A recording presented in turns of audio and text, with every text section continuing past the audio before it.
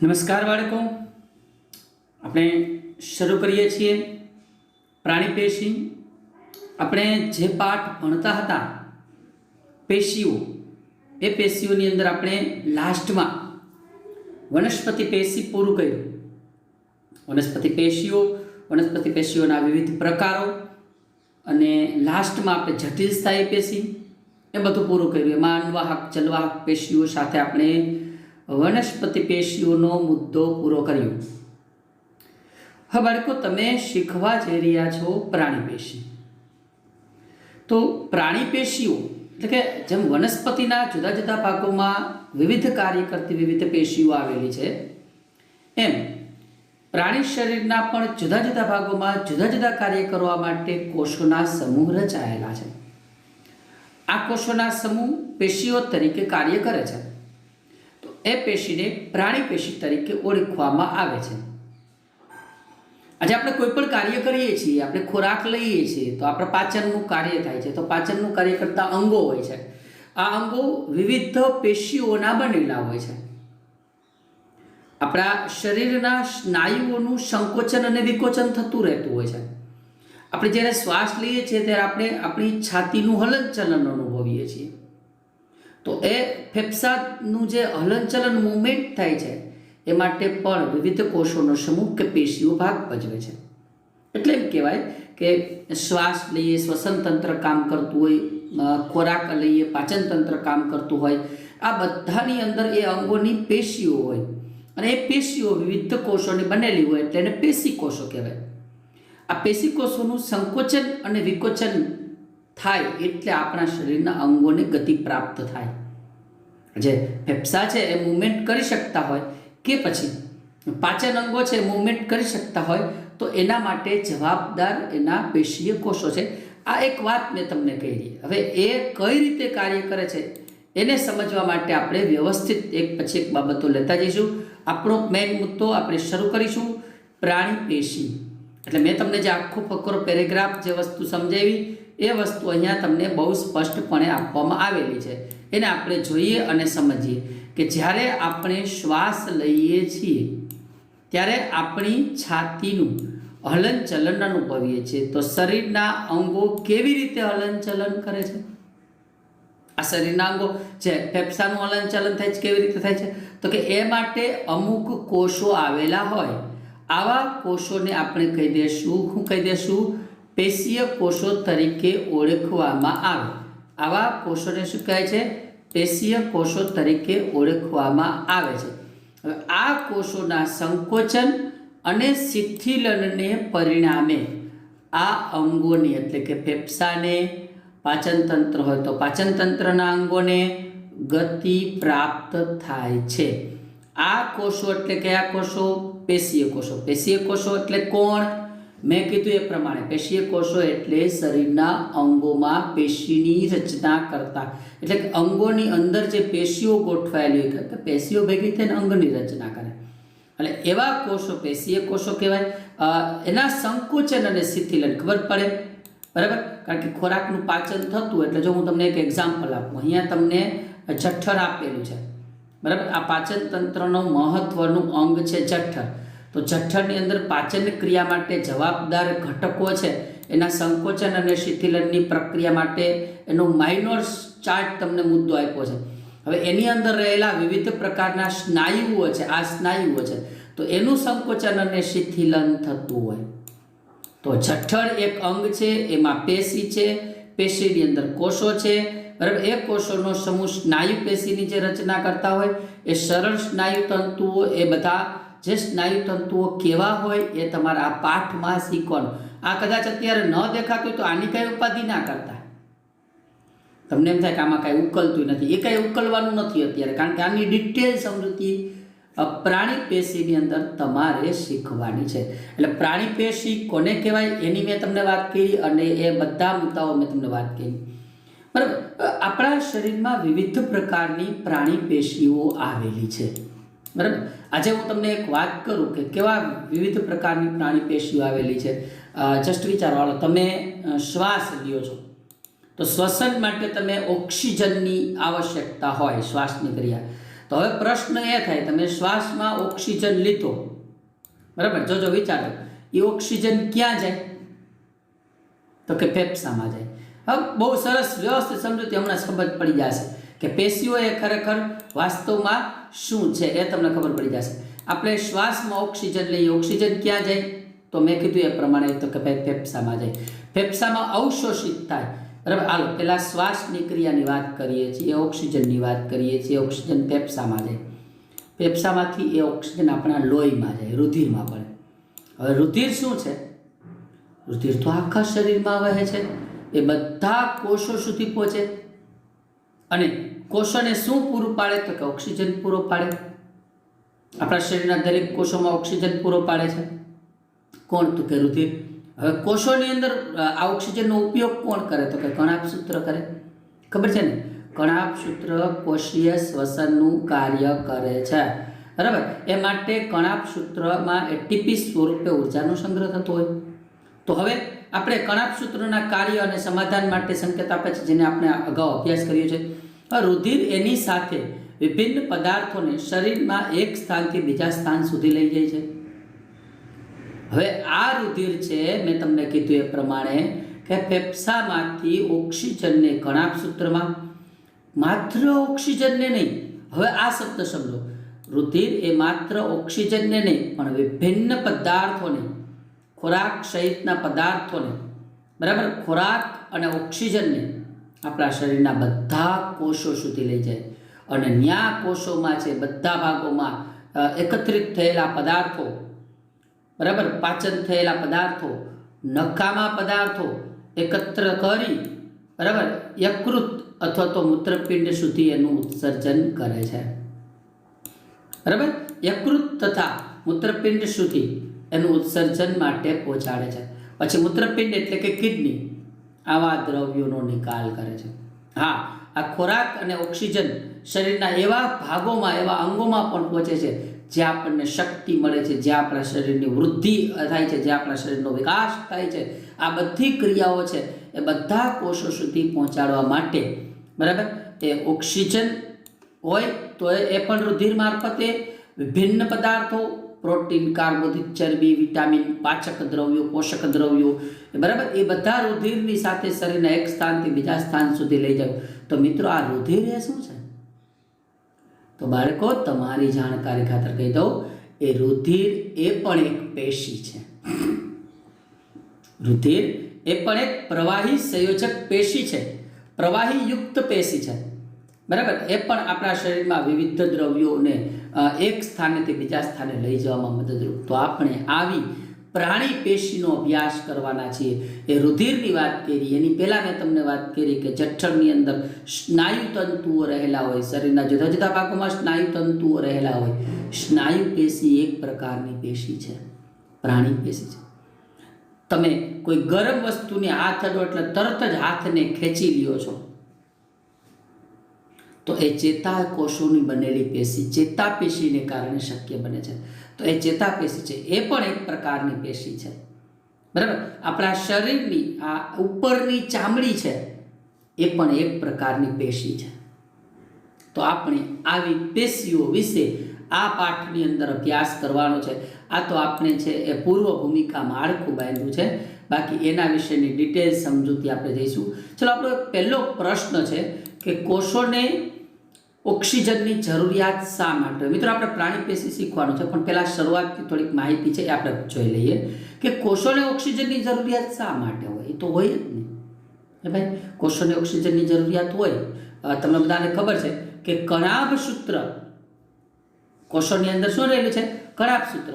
એ આપણા શરીરમાં પોષક દ્રવ્યોનું ઓક્સિજનની હાજરીમાં દહન કરી એટીપી સ્વરૂપે શક્તિ મુક્ત કરે છે. હજી સમજો વ્યવસ્થિત, બરાબર. કોષોને ઓક્સિજનની જરૂરિયાત શા માટે હોય? તો આપણે જે કાંઈ પણ ખોરાક લીધેલો છે, આપણે જે ખોરાક લીધો હોય ને બાળકો, આ જે ખોરાક છે એ ખોરાકનું, એના પોષક દ્રવ્યોનું ઓક્સિજનની હાજરીમાં દહન કરવાનું કાર્ય છે એ કણાભસૂત્રમાં થતું હોય છે. ઓક્સિજનની હાજરીમાં એ દહન પ્રક્રિયા થાય પોષક દ્રવ્યોનું, અને એમાંથી મેં તમને કીધું એ પ્રમાણે ભલે એમાંથી કાર્બન ડાયોક્સાઇડ મુક્ત થાય, પાણી મુક્ત થાય, બરાબર, અને ખાસ એટીપી સ્વરૂપે શક્તિ મુક્ત થાય, પાણી મુક્ત થાય, બરાબર, અને એટીપી સ્વરૂપે ખાસ મેં કીધું એ પ્રમાણે શું મુક્ત થાય, પ્લસ આપણે કહી શકીએ એટીપી સ્વરૂપે શક્તિ મુક્ત થાય. આ જે શક્તિ મુક્ત થાય એ કણાભ સૂત્રમાં સંચિત થાય અને એક શક્તિનો આપણે જુદી જુદી ક્રિયાની અંદર ઉપયોગ કરીએ છીએ. આપણા શરીરની જુદી જુદી આવશ્યકતાઓ માટે આપણે આ શક્તિનો ઉપયોગ કરીએ છીએ. આ ખોરાકમાં રહેલા પોષક દ્રવ્યોનું. તો આપણને કોષોને ઓક્સિજનની જરૂરિયાત શું કામ હોય? તો કે આ પોષક દ્રવ્યોનું વિઘટન કરવા માટે. આ જરૂરિયાત કેવી રીતે સંતોષાય? તો કે આ જરૂરિયાત છે, બરાબર, એ ખોરાકમાં રહેલા ઘટક કણો છે ઓક્સિજનનું દહન કરી અને શક્તિ મુક્ત કરે. હવે આ શક્તિ બાળકો સમજો, આ શક્તિ આપણા સ્નાયુ કોષોને મળે. દાખલા તરીકે ફેફસાનું હલનચલનની વાત કરી, હું કામ ફેફસા હલનચલન કરે? તો એ શક્તિ સ્નાયુ કોષોને મળે છાતીની અંદર, અને એ સ્નાયુ કોષો શક્તિ મળે એટલે જ છાતીનું હલનચલન થાય. આપણા હાથ પગનું હલનચલન એટલે થાય.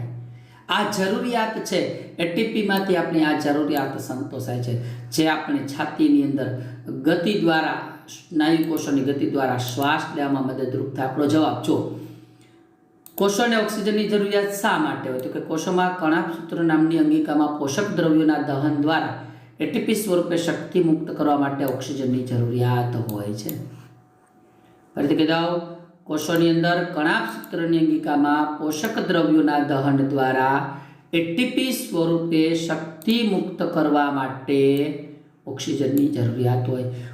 કોષોને ઓક્સિજન પૂરો પાડવા સ્નાયુ કોષો છે એના વડે છાતીની ગતિ દ્વારા શ્વાસ લેવામાં આવે. સ્નાયુ કોષો દ્વારા છાતીમાં એની ગતિ થાય, શ્વાસ લઈએ, બરાબર, અને શ્વસન દરમિયાન ઉપયોગમાં લેવાતો ઓક્સિજન, આપણે શ્વાસમાં જે ઓક્સિજન ઉપયોગમાં લઈએ એ ફેફસામાં અવશોષિત થઈ રુધિર દ્વારા માનવ શરીરના બધા કોષોમાં ઓક્સિજન પહોંચાડવામાં આવે.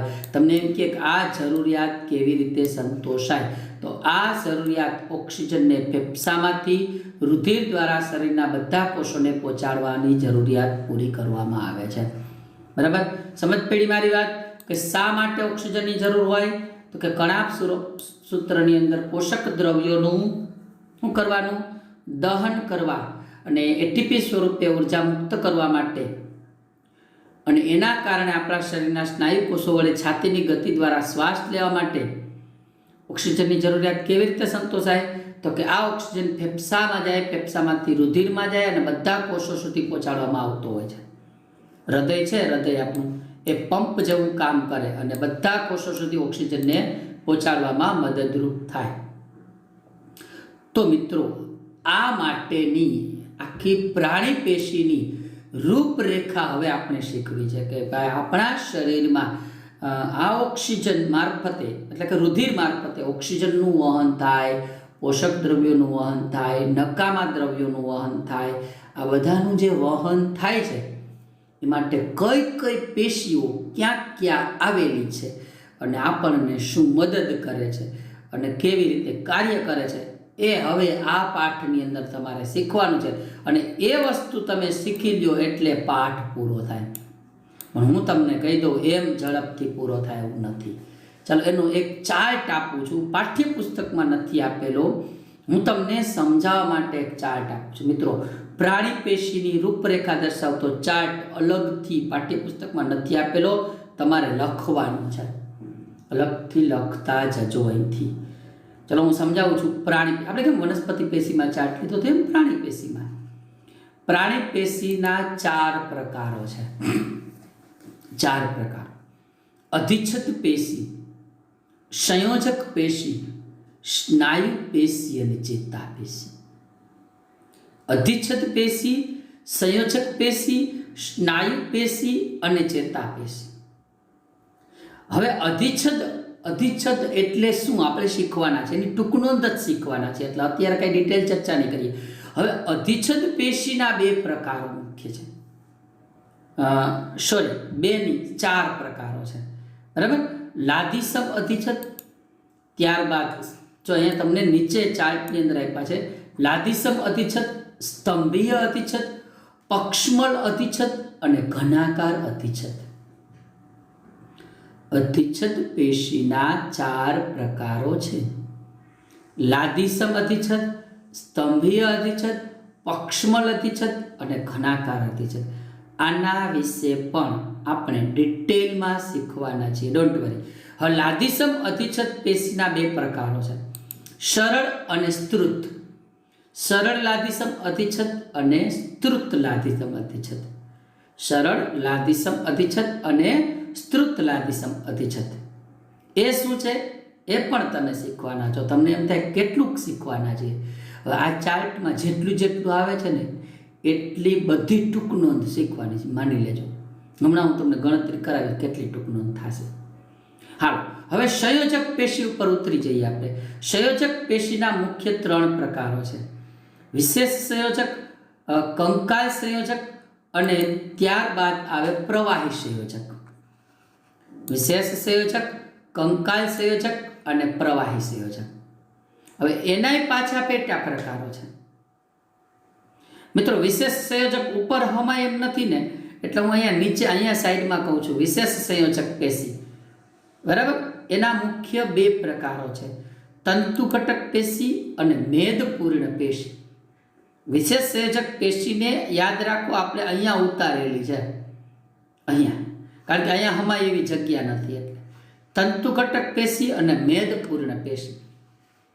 હવે કંકાલ સંયોજક પેશીના 2 પ્રકારો છે: અસ્થિ અને કાસ્થિ. અસ્થિ અને કાસ્થિ. હજી એનાય પ્રકારો આવે બાળકો: અસ્થિબંધ અને સ્નાયુબંધ. હવે એ પાછું ડિટેલ જાય, એટલે અત્યારે નહીં પણ વર્ણનમાં આવશે. ચાલો, પ્રવાહી સંયોજક પેશી છે ને એનાય પાછા પેટા પ્રકારો છે: રુધિર અને લસિકા. આપણે રુધિર શીખવાના છે, લસિકા નથી શીખવાના. 10મા ધોરણમાં આવશે લસિકા. બરાબર? રુધિર શીખી લઈશું ટૂંકમાં. ચાલો, હવે આપણે પહોંચ્યા આ સંયોજક પેશી પૂરું. જો સંયોજક પેશી પાછું કહી દઉં: વિશેષ સંયોજક, કંકાલ સંયોજક, પ્રવાહી સંયોજક. વિશેષ સંયોજકના 2 પ્રકાર: તંતુ ઘટક અને મેદપૂર્ણ. કંકાલ સંયોજકના 2 પ્રકાર: અસ્થિ અને કાસ્થિ. પ્રવાહી સંયોજકના 2 પ્રકાર: રુધિર અને લસિકા. સ્નાયુ પેશી 3 પ્રકારની છે: રેખિત, કોષ્ઠાંતર અને રદ સ્નાયુ પેશી, અથવા તો રેખિત, અરેખિત એમ કહેવાય. જો એને બીજું નામ છે કંકાલ સ્નાયુ. આ કંકાલનું જ નામ રેખિત છે. કોષ્ઠાંતર સ્નાયુ પેશી અને ત્યારબાદ રદ સ્નાયુ પેશી. આ 3 પ્રકાર છે: કંકાલ સ્નાયુ, કોષ્ઠાંતર સ્નાયુ અને રદ. રેખિત, અરેખિત પણ કહેવાય. શું કામ કહેવાય એની ચર્ચા આપણે ડિટેલમાં કરીશું આ પાઠમાં. બરાબર? અને છેલ્લે વધુ ચેતા પેશી. એના કોઈ પ્રકારો નથી. તો મિત્રો, આ થયું આપણું ચાર્ટ. બરાબર? આ આપણો ચાર્ટ છે. આના વિશે તમે અને હું ડિટેલ શીખવાના છીએ. બરાબર? આટલી ટૂંક નોંધ આવશે: અધિચ્છદ પેશી, લાદીસમ અધિચ્છદ અને એના 2 પ્રકારો એક જ આપણે ટૂંક નોંધમાં લઈ શકીશું: સ્તંભીય અધિચ્છદ, પક્ષમલ અધિચ્છદ, ઘનાકાર અધિચ્છદ. આ બધી ટૂંક નોંધ શીખવાની છે આ પાઠની અંદર. વિશેષ સંયોજક. બરાબર? એક સંયોજક પેશી આવશે પહેલાં, સંયોજક પેશી એની સમજૂતી, પછી વિશેષ સંયોજક પેશી. બરાબર? એની સમજૂતી. એની 2 તંતુ ઘટક પેશી અને મેદપૂર્ણ પેશી એની નીચે દટાઈ ગઈ છે એ. પછી કંકાલ સંયોજક પેશી એ ટૂંક નોંધ 10. અસ્થિ અને કાસ્થિ બેયની ભેગી ટૂંક નોંધ ગણો 11. પ્રવાહી સંયોજક પેશી 12. એના પ્રકારો રુધિર અને લસિકા ભેગું ગણી ગયું. સ્નાયુ પેશી 13. બરાબર? એના 3 પ્રકારો. બરાબર? કંકાલ સ્નાયુ પેશી એટલે રેખિત, કોષ્ઠાંતર સ્નાયુ પેશી, અરેખિત સ્નાયુ પેશી. બરાબર? રદ સ્નાયુ પેશી. બરાબર? એના પ્રકારો, એની માહિતી અને છેલ્લે ચેતા પેશી. અબાઉટ હજી આપણે આ પાઠની અંદર 17 ટૂંક નોંધ બીજી લેવાની છે. એ સિવાય હજી એની અંદર બીજી નાની મોટી ડિટેલ વસ્તુ ઘણી બધી આવશે. આ બધું જ શીખવાનું છે. ચાર્ટ આવડવો જોઈએ તો આપણને આવડે એવું ખરું. તો મિત્રો, હવે આપણે આગળ વધીએ છીએ. એમાં પહેલા પ્રકારની પેશી એટલે અધિચ્છદ પેશી વિશે ડિટેલ શીખવા જઈ રહ્યા છીએ. બરાબર? અધિચ્છદ પેશી, તેના પ્રકારો અને એના વિશેની સમજૂતી. તો પહેલાં તો તમને કહી દઉં અધિચ્છદ એટલે શું. અધિચ્છદ એટલે આપણા શરીરને ઢાંકતી. જો હું તમને એક વાત ટૂંકમાં કહી દઉં, તમે એવું શીખ્યા છો વનસ્પતિ પેશીમાં અધિસ્તર શીખ્યા છો. અધિસ્તર વનસ્પતિ અંગોનું બાહ્ય આવરણ, વનસ્પતિ અંગોને બહારથી રક્ષણ આપતી, વનસ્પતિ અંગોને ઢાંકતી પેશી એટલે અધિસ્તર. બસ એ જ આપણા શરીરમાં અધિચ્છદ. અધિસ્તરને બદલે અધિચ્છદ. શરીરના જે અંદરના ભાગો હોય, અંદરના જે પોલાણો હોય એને ઢાંકે. કે ભાઈ ફેફસા હોય તો એની સપાટીને ઢાંકે, હૃદય હોય તો એની ફરતી બાજુની સપાટીને ઢાંકે. આપણું શરીર માંસપેશીઓ છે તો ઉપર ચામડી છે, એ અધિચ્છદ જ છે ભાઈ. અધિચ્છદ એક પ્રકારનું અધિચ્છદ. શરીરના એટલે કે પ્રાણી શરીરને ઢાંકતી કે બાહ્ય આવરણ સ્વરૂપે રક્ષણ આપતી પેશી એટલે અધિચ્છદ પેશી. તો આપણો પહેલો પ્રશ્ન એની અંદર અધિચ્છદ પેશીના સામાન્ય લક્ષણો, સ્થાન અને કાર્ય જણાવો. અધિચ્છદ પેશીના લક્ષણો, સ્થાન અને કાર્ય જણાવો. તો સો સિમ્પલ. પહેલાં તો તમને કહી દઉં અધિચ્છદ પેશી કોને કહેવાય. તો મેં આમ તો કહી દીધું ઉપર મુદ્દાની અંદર બહુ સ્પષ્ટ શબ્દોમાં કે પ્રાણી શરીર, બરાબર, કે બાહ્ય આવરણ સ્વરૂપે રક્ષણ આપતી, પ્રાણી શરીરને ઢાંકતી, બાહ્ય આવરણ સ્વરૂપે રક્ષણ આપતી પેશી અધિચ્છદ પેશી છે. તે શરીરના અંદર રહેલા મોટા ભાગના અંગો અને એના પોલાણોને ઢાંકે છે. શરીરના મોટા ભાગના અંગો અને પોલાણોને ઢાંકતી પેશી એટલે શું થાય? અધિચ્છદ પેશી થાય. બરાબર. અધિચ્છદ એટલે આચ્છાદિત. બરાબર. આચ્છાદિત એટલે પથરાયેલું. તમને હા આમ બહુ મારે સ્પષ્ટ કહેવું પડે. જો તમે અધિસ્તરમાં પણ શીખી ગયા હતા, અધિસ્તર શીખ્યા હતા, તો એની અંદર પણ એવું હતું કે શરીરના વનસ્પતિની અંદર કોષો એકબીજાની નજીક નજીક ચુસ્ત રીતે ગોઠવાયેલા હોય, આચ્છાદિત થયેલા હોય. આચ્છાદિત થયેલા હોય એટલે ઢાંકી દે નીચેની વસ્તુને. બરાબર. એવા પ્રકારના કોષો છે એ રહેલા હોય. હવે આની અંદર એવું એક સરસ મજાનું હું તમને સમજાવું છું. બરાબર. એ તમને કહી દઉં કે એ પ્રાણી શરીરની અંદર આ જે પેશી આવેલી હોય ને એની નીચે એક આવી આધાર કલા હોય અને એની ઉપર આવી રીતે કોષો ગોઠવાયેલા હોય વિવિધ પ્રકાર. થોડુંક મારે છે ને છોકરાઓ થોડુંક દોરવામાં તકલીફ રહે, પણ ડોન્ટ વરી, ચિંતા ના કરવી, મારાથી બનતો પ્રયત્ન કરી અને દોરીશ. આવી રીતના કોષો એની ઉપર ગોઠવાયેલા હોય. આ આધાર કલા ઉપર કોષો જુદા જુદા આકારે ગોઠવાયેલા હોય. આ કોષો ગોઠવાયેલા હોય, કોષોનો સમૂહ ગોઠવાયેલો હોય. આ વચ્ચેના ભાગની અંદર કોષ કેન્દ્ર હોય. બરાબર. આવી રીતે છે એ કોષો ગોઠવાયેલા હોય. આ પ્રકારની પેશી છે. અને નીચે શું હોય? આધાર કલા હોય. મેં તમને કીધું એકબીજાની નજીક નજીક કોષો. જો મુદ્દા આની અંદર આવી જાય, પહેલો મુદ્દો એમ છે કે કોષો એકબીજાની નજીક નજીક ચુસ્ત રીતે ગોઠવાયેલા હોય અને આચ્છાદિત આવરણ. આચ્છાદિત એટલે વચ્ચે જગ્યા ન રહેવા દઈએ. બરાબર. એટલે આચ્છાદિત આવરણ. અને બધી જ અધિચ્છદની નીચે બાહ્ય રેશામાં આધાર આપતી આધાર કલા આવેલી હોય જે અન્ય પેશીથી એને અલગ રાખે. આ આધાર કલા છે નીચેની, આ આધાર કલા એને બીજી પેશીથી અલગ રાખવામાં મદદરૂપ થાય. બીજી પેશીના કોષો જે રીતે ગોઠવાયેલા હોય તો એનાથી એને અલગ રાખવામાં મદદરૂપ થાય. બરાબર. અધિચ્છદ કોષોની વચ્ચે, હાલો આ એક કોષ અને બીજા કોષની વચ્ચે, જો આ વચ્ચે, બરાબર, આ અધિચ્છદ કોષોની વચ્ચેનો ભાગ થયો. બધા કોષો એકબીજા સાથે જ્યાં જોડાયેલા હોય ને ત્યાં, બરાબર, સિમેન્ટ જેવું દ્રવ્ય હોય પણ બહુ ઓછી માત્રામાં હોય. સિમેન્ટ જેવું. જો સિમેન્ટ ના હોય એવું ભાઈ, સિમેન્ટ શું કામ કરે મને કહો? આ લાદી છે એમ સમજી લો. તો સિમેન્ટ શું કામ કરે? બે લાદીઓ હોય એને જોડી દે, બે પથ્થરો હોય એને જોડી દે, બે ઈંટ હોય એને જોડી દે. બરાબર. એ બે કોષોને જોડી દે એ સિમેન્ટ જેવું દ્રવ્ય હોય. અને એકબીજાની નજીક નજીક કોષો ચુસ્ત રીતે ગોઠવાયેલા હોય એટલે આંતરકોષીય અવકાશનો શું જોવા મળે? અભાવ જોવા મળે. તો મિત્રો આ લક્ષણો હું તમને નીચે કહેતો જાઉં છું એક પછી એક. હા, બધા મેં ચારે ચાર કહી દીધા છે, મારા વર્ણન કહેવાનું. અધિચ્છદ પેશીના કોષો એકબીજાની નજીક નજીક ચુસ્ત રીતે જોડાઈને આચ્છાદિત આવરણનું નિર્માણ કરે. હજી એકવાર કહી દઉં, આચ્છાદિત એટલે પથરાયેલું, ફેલાયેલું, વચ્ચે કોઈ જગ્યા ના રહેવા દે એવું આવરણ એટલે આચ્છાદિત આવરણનું નિર્માણ કરે. બીજું, બધી જ અધિચ્છદની નીચે બાહ્ય રેસામય આધાર આપતી આધાર કલા હોય, મેં દોરેલી હતી આકૃતિ, જે અન્ય પેશીથી એને અલગ કરે, આધાર કલા આવેલી હોય. અને અધિચ્છદ કોષો એકબીજા સાથે ખૂબ જ ઓછી માત્રામાં સિમેન્ટ દ્રવ્યથી જોડાયેલા હોય. સિમેન્ટ દ્રવ્ય હોય ખૂબ ઓછી માત્રામાં હોય.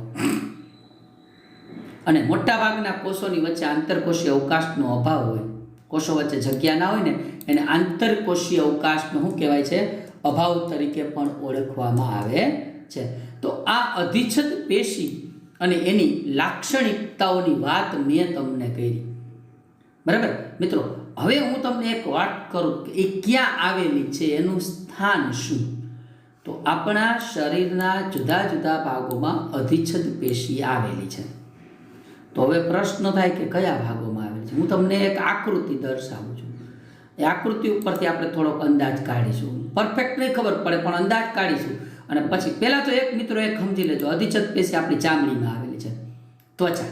બરાબર, ત્વચાનો ભાગ ચામડીનું કોઈ પણ શરીરનું કોઈ પણ અંગ હોય ને એ કોઈ પણ અંગને ઢાંકતી પેશી અધિચ્છદ પેશી છે જ.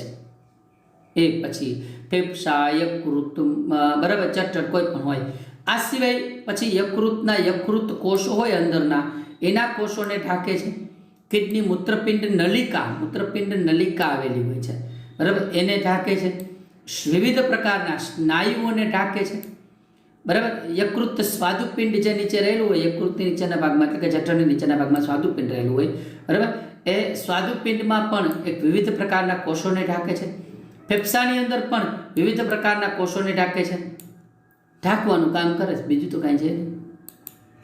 મેઇન ત્વચા, ચામડી, એટલે ઉપર તમને એનું સ્થાન આપ્યું છે. જુઓ, ત્વચા, ચામડી, પછી મોઢાનું અસ્તર, આપણું આ અસ્તર છે, આ ચામડીનું અસ્તર છે, મોઢાની અંદરનું અસ્તર છે, આપણી અન્નનળી છે, અહીંથી ખોરાક લઈ જતી જે અન્નનળી હોય છે એના અસ્તરને ઢાંકે છે. મેં તમને પહેલાંય કીધું, બરાબર, આ અન્નનળી આ રીતે હોય છે અહીંથી, બરાબર. દોરવામાં થોડીક ઉતાવળને કારણે કદાચ સારી ના થતી હોય આકૃતિ બને. અહીંથી ખોરાક છે એ અન્નનળી મારફત અહીંયા જઠરમાં આવતો હોય છે. તો એ અન્નનળીના અસ્તરને ઢાંકવા માટે પણ છે ને એ આવેલી હોય. રુધિર વાહિનીઓનું અસ્તર, મિત્રો તમને ખબર છે રુધિર વાહિનીઓ કઈ કઈ? રુધિર વાહિનીઓ 3 છે: ધમની, શિરા અને રુધિર કેશિકા. તો આપણે જે ઘણી વખત નથી જોતા, નસ દેખાય, આપણે ના કે હાથમાં નસ દેખાય, નસ નહીં, નસ એ રુધિર વાહિની છે, ધમની છે, શિરા છે. તો એનું અસ્તર એટલે બહારનું આવરણ ઢાંકે, એમ સમજી લેજો. ફેફસાના વાયુ કોષ્ઠો, આ જે ફેફસા દર્શાવેલા છે તો એની અંદર વાયુ કોષ્ઠો રહેલા હોય. હવે એ વાયુ કોષ્ઠો એટલે હવા ભરવાની કોથળીઓ જેવી રચના હોય આપણા શરીરમાં, એ વાયુ કોષ્ઠો. એનું અસ્તર મૂત્રપિંડ નલિકા, મેં તમને હમણાં સમજાવ્યું કે મૂત્રપિંડ, કિડની, એની અંદર મૂત્રપિંડ લઈ જતી વાહિની હોય, મૂત્રપિંડ નલિકા કહેવાય. એનું અસ્તર અંદર મૂત્રપિંડનું ગાળણ કરવા માટે, મૂત્રનું ગાળણ કરવા માટે, રુધિરનું ગાળણ કરવા માટે, મૂત્રમાં ફેરવવા માટે મૂત્રપિંડ નલિકા હોય છે. તો ચાલો યાદ તો રાખવું પડશે, ગોખવું પડશે. ત્વચા એટલે ચામડી, મોંનું અસ્તર એટલે મોઢાનું અસ્તર, અન્નનળી, જો મોઢું અને અન્નનળી યાદ રાખી લેવાય, પાચન તંત્રના અંગો. ત્વચા એટલે ચામડી, પછી રુધિર વાહિનીનું અસ્તર અને ફેફસાના વાયુ કોષ્ઠો, શ્વસન તંત્રના અંગો. શ્વસન તંત્રના અંગો એટલે રુધિર વાહિની શ્વસન તંત્રમાં ન પણ રુધિર લઈ જતી વાહિની એટલે રુધિર વાહિની, ફેફસા શ્વસન તંત્રમાં, મૂત્રપિંડ નલિકા એટલે ઉત્સર્જન તંત્રનું અંગ. એટલે ચામડી, મોઢાનું અસ્તર, અન્નનળી, રુધિર વાહિનીનું અસ્તર, ફેફસાના વાયુ કોષ્ઠ, મૂત્રપિંડ નલિકા વગેરે શેના બનેલા હોય? અધિચ્છદ પેશીના બનેલા હોય. મિત્રો, કાયની ટૂંકીને સરળ વાત, શરીરના કોઈ પણ અંગોમાં આચ્છાદન, બરાબર, એટલે અધિચ્છદ આવરણને, એ વસ્તુ કે પદાર્થને ઢાંકવાનું જે કામ થાય, આચ્છાદન, એ અધિચ્છદ પેશી દ્વારા થાય, બીજું કશું નથી. હવે એટલા માટે હું તમને વસ્તુ સમજાવવા માંગુ છું, એના કાર્ય શીખવાના છે, અધિચ્છદ પેશીના કાર્ય. તો અધિચ્છદ પેશી મહત્વનું કાર્ય સમજજો.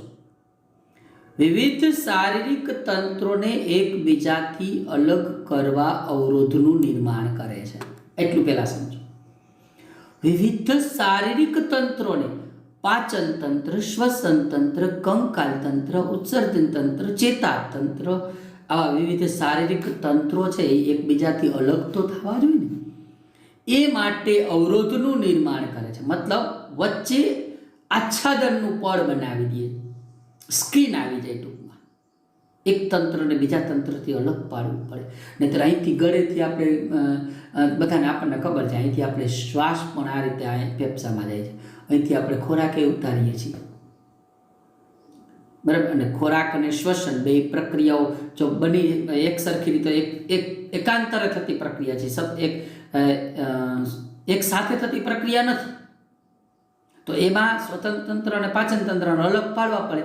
તો આવા શારીરિક તંત્રોને અલગ કરવા અવરોધોનું નિર્માણ કરે છે એ આ અધિચ્છદ પેશી. એના કારણે હોવાથી જે શરીરમાં પ્રવેશે કે શરીરની બહાર નીકળે તે અધિચ્છદના સ્તરમાંથી પસાર થાય.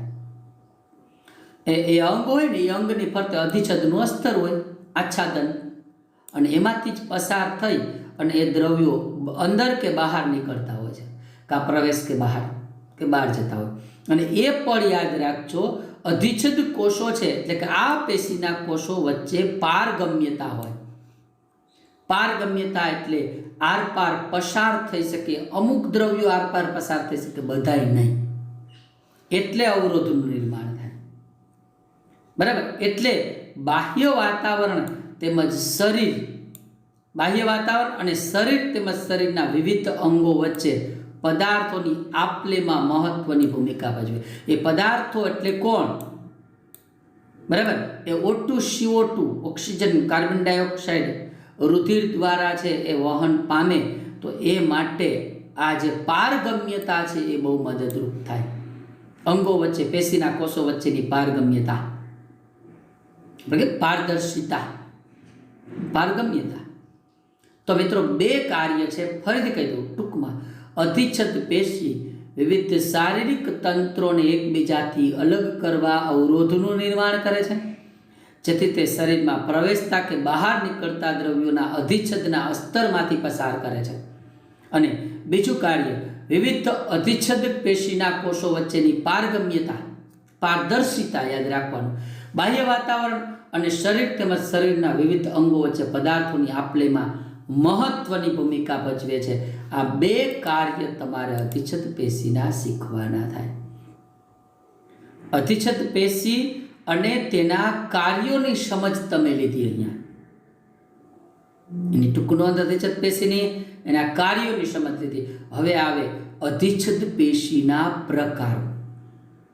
તમને ખબર છે, ચાર્ટની અંદર મેં તમને કહી દીધેલું છે, જણાવી દીધેલું છે. અધિચ્છદ પેશીના પ્રકારો 4 પ્રકારો છે. લાદીસમ અધિચ્છદ, સ્તંભીય અધિચ્છદ, પક્ષમલ અધિચ્છદ, ઘનાકાર અધિચ્છદ. તો ચાલો મિત્રો, આપણે લાદીસમ અધિચ્છદ અને એના પેશીના પ્રકારોની અંદર તમને ખબર છે, લાદીસમ અધિચ્છદના 2 પ્રકારો લીધા હતા. હા, સરળ લાદીસમ અને સ્ત્રુત લાદીસમ. તો એ પ્રકાર, શરીરમાં એની ગોઠવણી, શરીરમાં એનું કાર્ય બહુ સરસ મજાના ચાર્ટ સ્વરૂપે લઈએ છીએ. લાદીસમ અધિચ્છદ, લાદી જેવા પાતળા અને ચપટા કોષો હોય. લાદી છે ને બહુ ઘન આકારની ન કહેવાય, ચપટી કહેવાય, બરાબર. આપણે મકાન ચણવા માટેનું બેલું હોય ને એ ઘન આકારનું કહેવાય. લંબઘન કે સમઘન કહેવાય, લંબાઈ પહોળાઈ ઊંચે હરખા હોય. લાદી છે ને એ લંબાઈ પહોળાઈ ઊંચે હરખી ના હોય એની, એટલે ચપટી કહેવાય. એટલે લાદીસમ અધિચ્છદ પેશીના કોષો છે ને એ ચપટા હોય, બરાબર. એટલે લાદીસમ અધિચ્છદના આપણે એના બંધારણની અંદર આપણે 2 પ્રકારો પાડી દઈએ, સરળ લાદીસમ અને સ્ત્રોત લાદીસમ. હવે સરળ અને સ્ત્રોતમાં પાછો ફેર, બરાબર. જો આધાર કલા ઉપર એક જ પ્રકારના, એક જ સ્તર ઉપર કોષો ગોઠવાયેલા હોય ને મિત્રો, સમજો, ખબર છે કે મેં દોરેલી હતી આધાર કલા, હે ભાઈ. આધાર કલા દોરી હતી, એક કોષનું આવરણ દોર્યું હતું, એ સરળ લાદીસમ. પણ એક કોષની ઉપર બીજાની ઉપર ત્રીજાની ઉપર ચોથા, તો એ સ્ત્રોત લાદીસમ. લાદીસમ અધિચ્છદ, લાદી જેવા પાતળા ચપટા કોષો, બરાબર. મેં તમને કહ્યું પણ એક જ સ્તરમાં ગોઠવાયેલ તો સરળ, એકથી વધુ સ્તરોમાં ગોઠવાયેલા હોય તો સ્ત્રુતલાદિસમ. જો એના કોષો, એ મુદ્દો આપ્યો જ છે, તેના કોષો ખૂબ જ પાતળા, ચપટા, નાજુક સ્તર બનાવતા અને એક જ સ્તરમાં ગોઠવાયેલા હોય. અને સ્ત્રુતલાદિસમમાં એના કોષો અનેક સ્તરોમાં સુવ્યવસ્થિત ગોઠવણી ધરાવે. અનેક સ્તર, ચાલો એક કામ કરો, નહીં સમજાય સ્તર કેવી રીતે પડે છે એના માટે આપણે પહેલાં છે ને એક આકૃતિ લઈ લઈએ, બરાબર? પછી એના સ્થાનની વાત કરશું. જો તમને આ આકૃતિ બતાવેલી છે બહુ સ્પષ્ટ, બરાબર? આ આકૃતિની અંદર સ્પષ્ટ છે. જો આ સરળ લાદિસમ, આ નીચે છે ને બાળકો, આ આધાર કલા છે. આ જે દર્શાવી છે ડબલ લાઈન, એ આધાર કલા છે, યાદ રાખજો. આ કોષનું એક જ અસ્તર છે, આ એક જ સ્તર છે. હવે અહીંયા જુઓ, આ કોષની અંદરનું કોષ કેન્દ્ર, એ તો તમને ખબર પડે. અહીંયા આધાર કલા છે, આ આધાર કલા છે ભાઈ બાળકો, આ આધાર કલા છે. હવે આ કોષનું એક સ્તર છે, આ ઉપર કોષનું બીજું સ્તર છે, આ બીજું સ્તર છે, ઉપર એના પછી કોષનું ત્રીજું સ્તર છે ને? કોષના એક પછી એક સ્તર આવેલા છે, એના પછી કોષનું ચોથું સ્તર છે, બરાબર? એના પછી કોષનું તો આ શું કીધું તમે જોવો જી, અનેક સ્તરોમાં સુવ્યવસ્થિત ગોઠવણી ધરાવે એ સ્ત્રુતલાદિસમ. બસ હવે બંને કઈ કઈ જગ્યાએ હોય એ જોવાનું છે.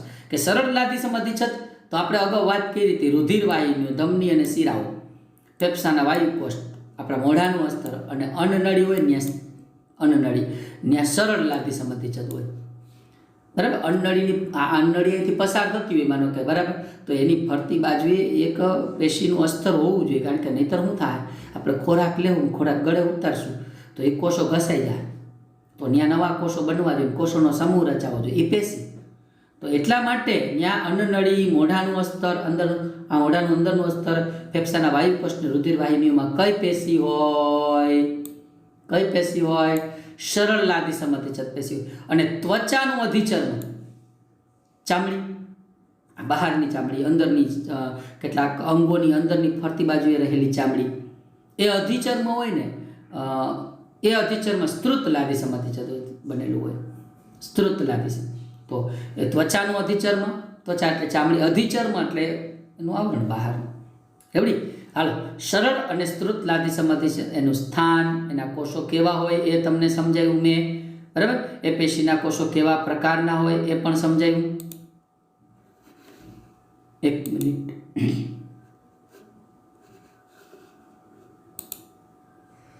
હા બરાબર છે, બરાબર? એટલે એ બધી બાબતો આપણે શીખ્યા. હવે આપણે એનું કાર્ય શીખીશું. સરળ લાદિસમ, સ્ત્રુતલાદિસમ અને જો પેશીના કોષો ચપટા, નાજુક સ્તર, એક સ્તરમાં ગોઠવાયેલા તો સરળ, એકથી વધુ સ્તરોમાં સુવ્યવસ્થિત તો સ્ત્રુત. હવે શું લઈશું આપણે કે એના દ્વારા પદાર્થોનું, હવે આનું કાર્ય લેવાનું, લાદિસમ અધિચ્છદનું કાર્ય, એના દ્વારા પદાર્થોનું વહન પસંદગીમાન પ્રવેશશીલ પટલ દ્વારા થાય. મતલબ પારગમ્યતા હોય, આ પેશીના કોષોમાં પારગમ્યતા હોય, એના દ્વારા દ્રવ્યો એક ભાગમાંથી બીજા ભાગમાં જઈ શકતા હોય. બધાયની અમુક પદાર્થોનું જ વહન થાય. અને પસંદગીમાન પ્રવેશશીલ પટલ એટલે, હું પૂછીશ તમને, અત્યારે કહી દઉં છું જવાબ, પણ ઝૂમ મિટિંગમાં પૂછીશ. પસંદગીમાન પ્રવેશશીલ પટલ એટલે કોષ રસ પટલ. કોષ રસ પટલ આવી ગયું ને, આપણે પટેલની પટલ, હે, એના દ્વારા થાય દ્રવ્યોનું વહન. આ કોષરસ પટલ હોય, કોષની સૌથી બહારનો ભાગ હોય ને, કોષરસ પટલ. તો એ કોષરસ પટલ દ્વારા આ કોષને અને આ કોષના દ્રવ્યોની આપ-લે થાય. બસ એટલું સમજવાનું છે તમારે. અને આની અંદર એવું ના થાય સ્ત્રુતમાં, પણ એ સ્ત્રુત અધિચ્છદ છે ને, એ આપણને બહારની ઈજાઓ, બહારથી કોઈ ભાગ કપાઈ જાય કે ફાટવાની ક્રિયા થાય તો એની સામે રક્ષણ આપે, કારણ કે એનું કોષોનું એકથી વધુ સ્તરોનો બનેલો. માનો કે આ કોષોનું એક અસ્તર છે, અહીંથી કોઈ ભાગ કપાઈ જાય, છેદ પડી જાય, તો આ નીચેના ભાગે એને રક્ષણ આપે, બરાબર? એટલે બાહ્ય ઈજાઓ દ્વારા કપાવાથી કે ફાટવા સામે રક્ષણ આપે. આમાં એક જ સ્તરનું બનેલું એટલે રક્ષણ ન મળે, આમાં રક્ષણ મળે. સ્ત્રુતમાં રક્ષણ મળે, આમાં રક્ષણ ના મળે. આમાં હે ને પસંદગીમાન પ્રવેશશીલ પટલ દ્વારા દ્રવ્યોનું વહન થાય, આમાં ના થાય, કારણ કે આમાં તો કોષોનો સમૂહ હોય. બસ આ ડિફરન્સ યાદ રાખો, એટલે કોઈ વસ્તુ અઘરી નથી. રેડી? હવે લાદિસમ અધિચ્છદ પૂરું કર્યું. હવે આપણે ત્યારબાદ આપણે પૂરું કરશું. આપણે લાદિસમ અધિચ્છદ પછી કઈ પેશી લીધી હતી? હા, સ્તંભીય અધિચ્છદ. તો મુદ્દો આપ્યો છે, સ્તંભીય અધિચ્છદ પર ટૂંક નોંધ લખો. તો ભાઈ સ્તંભીય અધિચ્છદમાં એ જ હોય બાળકો, આકૃતિ જે હોતી ને એ જ આ આધાર કલા હોય, પણ ફર્ક શું? કોષો સ્તંભ જેવા હોય,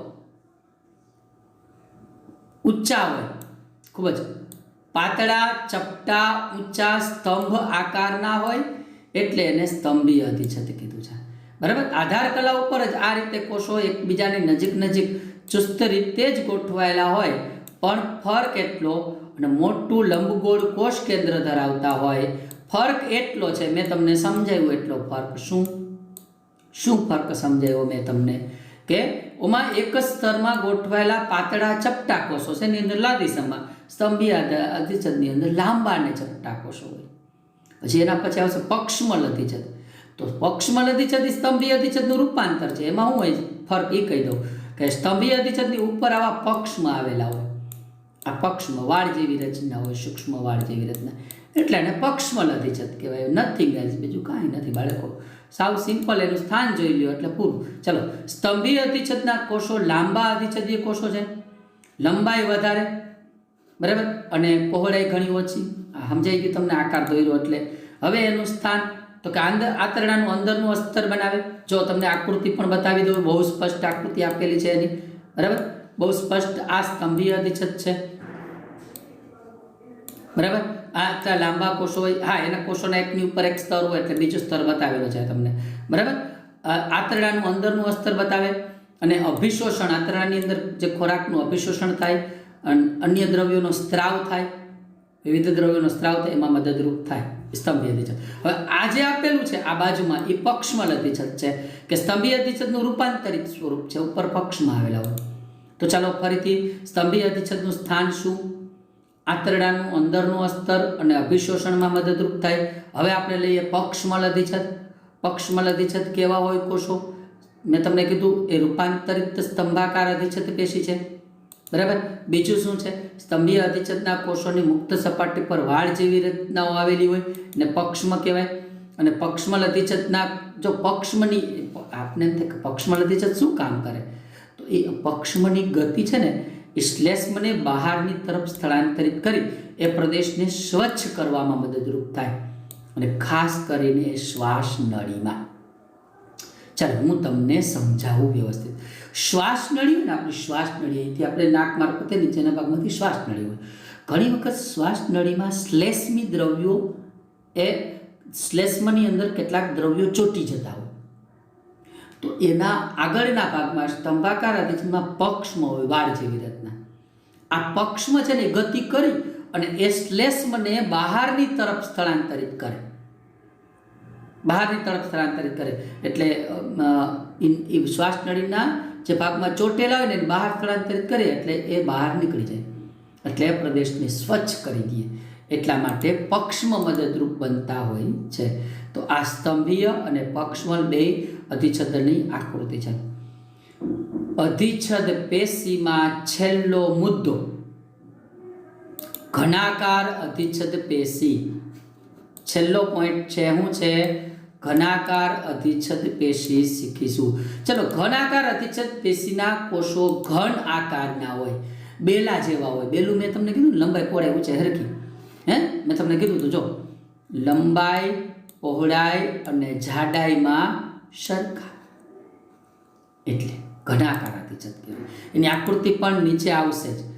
આ પેશી મૂત્રપિંડ નલિકા અને લાળ ગ્રંથિની નલિકાના અસ્તરનું નિર્માણ કરી યાંત્રિક આધાર આપે છે. ક્યાં જોવા મળે? મૂત્રપિંડ નલિકા અને લાળ ગ્રંથિ. આપણા મોઢામાં અહીંયા 3 ભાગમાં, જુદા જુદા 3 ભાગમાં લાળ ગ્રંથિ નલિકા આવેલી છે. તમે અમુક ખોરાક ખાઓ, મોઢા મૂકો ને એટલે સીધો લાળ રસનો સ્ત્રાવ થાય. એ કોને કારણે? લાળ ગ્રંથિ નલિકાના કારણે. અને એનું અસ્તર ઘનાકાર અધિચ્છદનું બનેલું હોય. 2 નલિકા છે મિત્રો, યાદ રહી જાય, મૂત્રપિંડ નલિકા અને લાળ ગ્રંથિ નલિકા, બરાબર. એટલે એનું સ્થાન. આની વધારાની વિશિષ્ટતા શું છે? તો પેશીની સપાટી પર દ્રવ્યોનો સ્ત્રાવ કરી ગ્રંથિ કોષો તરીકે કાર્ય કરે. આપણા શરીરમાં જુદી જુદી જે ગ્રંથિ આવે ને, લાળ ગ્રંથિ, સ્વાદુપિંડ ગ્રંથિ, એ ગ્રંથિ કોષો તરીકે કાર્ય કરે છે. જો આવા હોય ઘનાકાર અધિચ્છદ, જો ઘન આકારના હોય, લંબાઈ પહોળાઈ ઊંચાઈ હરખી હોય, એક ઉપર એક સ્તરમાં ગોઠવાયેલા હોય આવી રીતે, અને પેશીની સપાટી પર દ્રવ્યોનો સ્ત્રાવ કરે. ઓમાં નહોતું આપણે કીધું શેમાં? અધિસ્તરમાં કીધું તું, યાદ કરો. મીણયુક્ત ક્યુટિકલયુક્ત દ્રવ્યોનો સ્ત્રાવ થતો હોય એમ ઘનાકાર અધિચ્છદ છે ને એ પણ વિવિધ દ્રવ્યોનો સ્ત્રાવ કરે. આપણે પરસેવો વળે આપણા ચામડીની સપાટી ઉપર, એ આને લીધે છે. તો એવા વિવિધ દ્રવ્યોનો સ્ત્રાવ કરે છે. અને કેટલીક વખત તો ઘનાકાર અધિચ્છદ પેશીનો કેટલોક ભાગ અંદરની તરફ વળી અને બહુકોષી ગ્રંથિનું નિર્માણ કરે, એને ગ્રંથીય અધિચ્છદ કહેવાય. આ ઘનાકાર અધિચ્છદ પેશીના કોષો છે એ અંદરની તરફ વળી અને બહુકોષી આ બહુકોષી ગ્રંથિ, એકથી વધુ કોષો બરાબર જોડાયેલા હોય, બહુકોષી ગ્રંથિનું નિર્માણ કહેવાય. એવા અધિચ્છદને શું કહેવાય? ગ્રંથીય અધિચ્છદ પણ કહેવાય છે. તો આ ઘનાકાર અધિચ્છદ અને એની માહિતી પૂરી થાય. હવે ત્યારબાદ આપણે શીખવાના છીએ સંયોજક પેશી. મિત્રો, મેં આ વિડીયોની અંદર અધિચ્છદ પેશી પૂરું કર્યું. અધિચ્છદ પેશી એટલે શું, એનું સ્થાન, એનું કાર્ય, એના પ્રકાર, લાદીસમ, સરળ અને સ્ત્રુત લાદીસમ, સ્તંભીય અધિચ્છદ, પક્ષમલ અધિચ્છદ અને ઘનાકાર અધિચ્છદ અને એના કાર્ય વિશે વાત કરી, એના સ્થાન અને કાર્ય વિશે વાત કરી. નેક્સ્ટ આગળ ઉપર આગલા વિડીયોની અંદર શીખીશું.